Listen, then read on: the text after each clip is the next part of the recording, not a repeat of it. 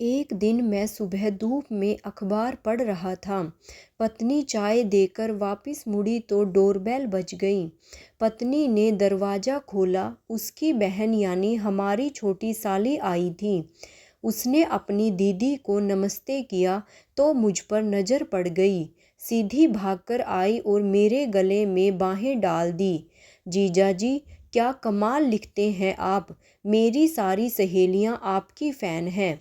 दरअसल मेरी एक कहानी को पुरस्कार मिला था। मुझसे ज़्यादा वो खुश थी। पत्नी 2 चाय और ले आई। मैंने उससे कहा, अच्छा अब बैठो चाय पियो। चाय पीते हुए पूछने लगी, जीजा जी, मैंने जो कहानी पूरी करने को दी थी पूरी कर दी? कर दी भाई, कर दी। पहले चाय पियो। अभी आई हो, फ्रेश हो लो। दरअसल उसने एक दृश्य लिखकर दिया था और वो चाहती थी कि मैं उसके आगे की कहानी लिखूं। दृश्य कुछ इस तरह था। एक पिता अपनी बेटी को विदा कर रहा था। बेटी से लिपटकर रोने के बाद समधन समधी जी की ओर हाथ जोड़कर खड़ा हो जाता है। कहता है, समधी जी, मेरी बेटी को सुख न दे सको तो थोड़ा जहर दे देना, वो दुख नहीं सह पाएगी।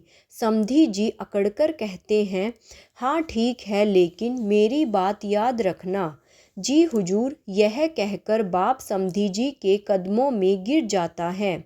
लेकिन तब तक समधी जी कार में बैठकर चले जाते हैं। इसके आगे कहानी मुझे लिखनी थी। नाश्ता वगैरह करके हम बैठे थे। मैंने वो कहानी उसे दी। पत्नी ने कहा, जोर से पढ़ो, मैं भी तो सुनूं। उसने पढ़ना शुरू किया। पहले मैंने सभी पात्रों को नाम दिए।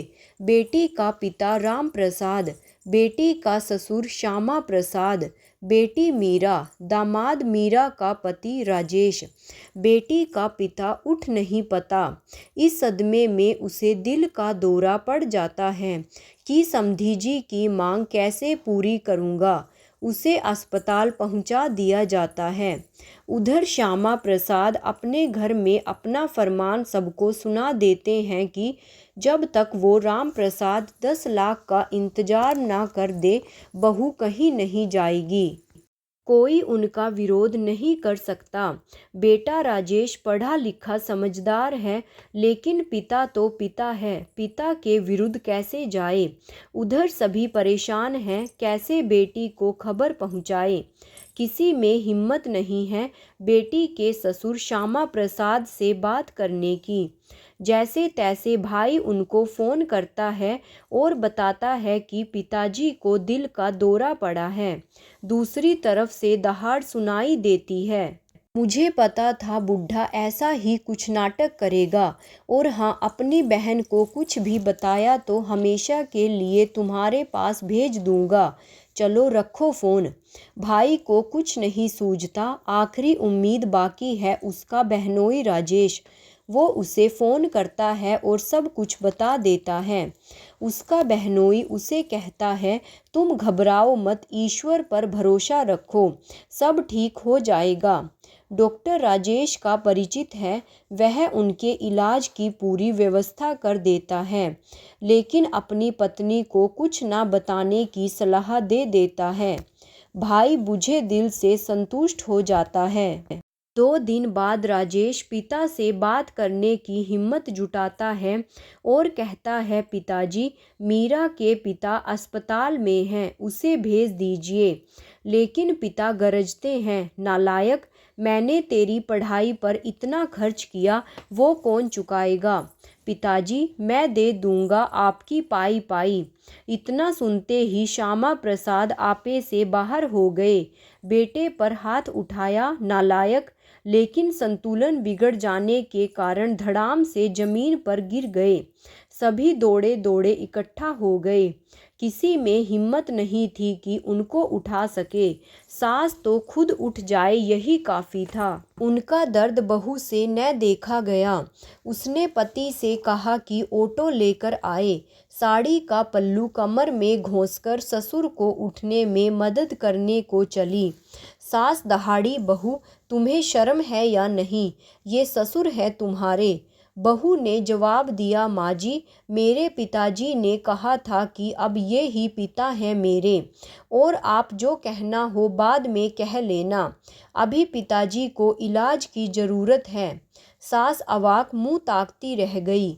बहू ने ससुर को सहारा देकर कुर्सी पर बिठाया। तब तक बेटा ऑटो ले आ गया। दोनों ने मिलकर पिता को ऑटो में बिठाया। मीरा ने अपने पति से कहा कि वो हॉस्पिटल पहुँचे और इलाज की व्यवस्था करे। खुद ससुर को सहारा देकर ऑटो में बैठ गई और हिम्मत बढ़ाती रही। पिताजी, घबराइए नहीं, हम हैं ना, सब ठीक हो जाएगा। ससुर ने कहा, बहू, तुम जो कर रही हो ठीक नहीं है, लोग क्या कहेंगे? मीरा ने कहा, पिताजी, लोग कुछ नहीं कहेंगे, आप परेशान ना हो। आपको जो कहना हो ठीक होने के बाद कह लेना, अभी आपका इलाज ज़रूरी है। हॉस्पिटल पहुंचकर डॉक्टर ने प्राइवेट वार्ड में भर्ती कर लिया। इलाज शुरू हो गया। दर्द महसूस ना हो इसलिए नींद की दवा दे दी गई। 4 दिन बहू ने नर्स बनकर सेवा की। हर समय ससुर के पास उपस्थित रही। खुद अपने हाथों से पानी पिलाया, दवा दी। जब वो पूछती, पिताजी दर्द तो नहीं है, ससुर साहब दर्द भूल जाते। सास तो थोड़ी देर को आती और हाल चाल पूछकर वापस चली जाती। शाम को उसका पति राजेश भी काम से लौट आता और उसका साथ देता। 4-5 दिनों में बेटे और बहू की सेवा से ठीक हो गए। हड्डी नहीं टूटी थी, सिर्फ मांस फट गया था। 1 हफ्ते में घर ले आए थे। सारे रिश्तेदार बहू की तारीफ करते नहीं थक रहे थे। भी कह रहे थे, बहू नहीं है, बेटी है। ऐसी बहू सबको मिले। देखो कितनी हिम्मत से काम लिया है। ये ना होती तो क्या होता। सास ससुर मन ही मन खुश हो रहे थे।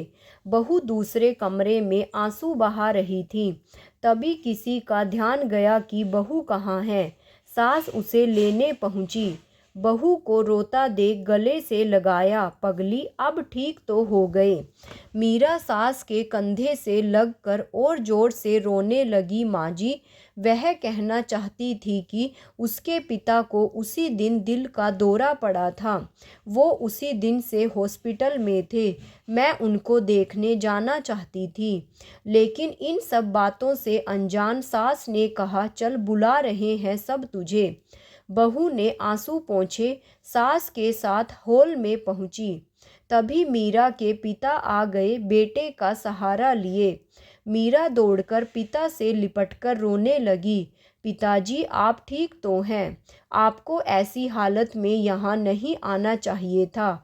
मैं आ जाती आपसे मिलने। मीरा के ससुर श्यामा प्रसाद का माथा ठनका। क्या इसको पता था? मीरा के पिता बोले, कैसी हालत में बेटी? मैं ठीक तो हूँ, मुझे क्या हुआ है? मीरा के आंसुओं का सैलाब बह निकला। पिताजी, मुझे सब पता है। मुझे मेरी सहेली ने सब बता दिया था कि आपको दिल का दौरा पड़ा था, लेकिन आगे कुछ न कह सकी। ससुर और सास के मुख से निकला क्या? पिता फफक कर रो पड़े। बेटी, आगे कुछ ना कह सके। फिर थोड़ा संभल कर बोले, समधी जी ने 10 लाख मांगे थे, चेक लेकर आया हूँ, जितनी चाहे रकम भर ले। मीरा समझ ना सकी इतनी रकम पिताजी ने कहाँ से जुटाई। वह कुछ पूछती तभी नज़र पति पर पड़ी। वो उसे चुप रहने का इशारा कर रहा था। मीरा सब समझ गई थी कि ये सब उनका किया धरा है। मीरा के पिता ने समधी जी की तरफ चेक बढ़ाया और बोले, समधी जी, अब तो मैं ले आ सकता हूँ अपनी बेटी को। समधी जी ने चेक फाड़कर फेंक दिया। बोले, क्यों शर्मिंदा करते हो बंधु? आपने मुझे अनमोल हीरा दिया है। आपकी बेटी थी, अब मेरी बेटी है। मीरा का पति झलक आए खुशी के आंसुओं को छिपाने के लिए बाहर निकल गया। पूजा की आंखों से आंसुओं की अविरल धारा बह रही थी। कहानी खत्म करते करते फफक कर रो पड़ी। मैं खुद अपने आंसुओं को नहीं रोक पा रहा था। मैं उठा, दोनों को रोता छोड़कर बाहर निकल गया। आप भी आंसुओं को रोकना मत, बह जाने देना।